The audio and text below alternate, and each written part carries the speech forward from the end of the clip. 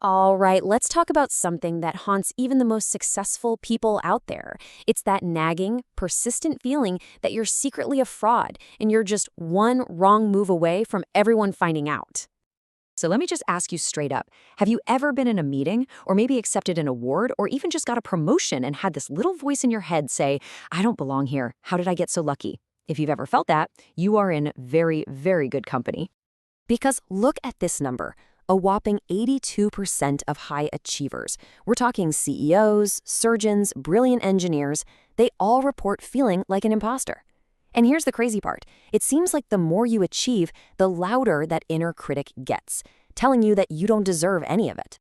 Now let's be really clear about this. This isn't just being humble or having a little bit of self-doubt. No, what we're talking about, imposter syndrome, is a specific psychological pattern. It's a cognitive distortion, which is just a fancy way of saying your brain is playing a trick on you, warping how you see reality. It's a fear we really need to understand before we can take it apart. So here's the official definition. It's really all about the huge gap between the facts and your feelings. The evidence, your degrees, your projects, the praise you get from people you respect, all that data says you are competent.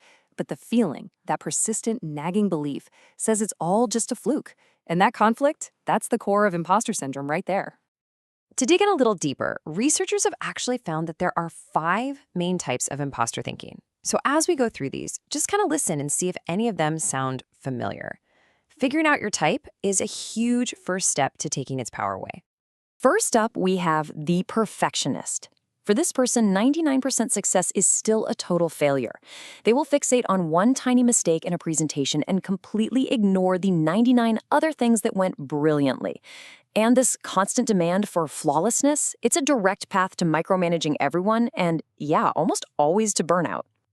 Next is the expert. This person lives in this constant fear of being exposed as not knowing enough.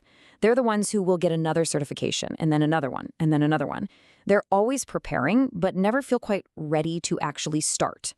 They just don't trust the experience they've already earned. Then there's the natural genius. You know this type. Maybe things came really easily to them when they were younger, so now, when they face a real challenge that actually requires effort, it feels wrong. The struggle itself feels like proof they're a fraud. Their inner voice says, see, if you were really smart, this would be easy. And what about the soloist? This person truly believes that needing help is the ultimate sign of weakness. They would rather struggle in silence for days than just ask a simple question.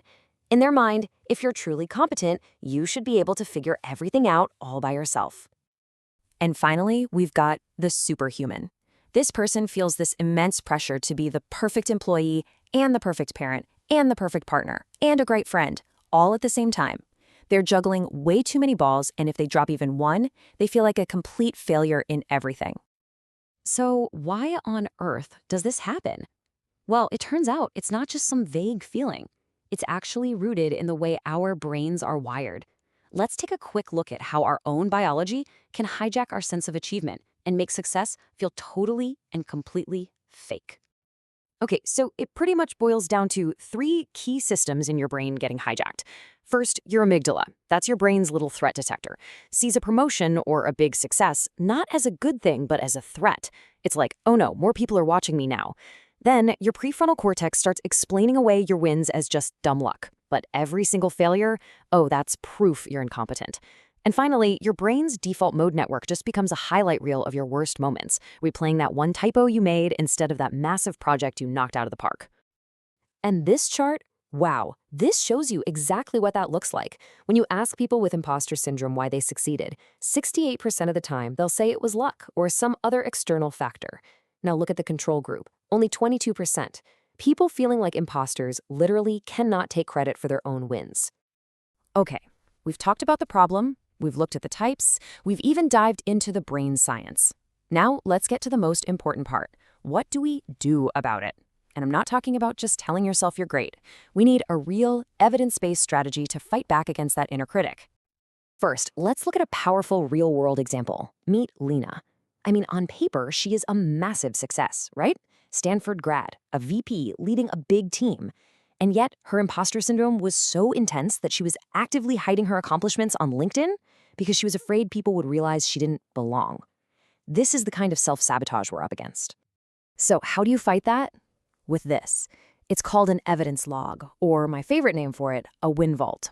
And honestly, this is the single most effective tool there is. The process is so simple.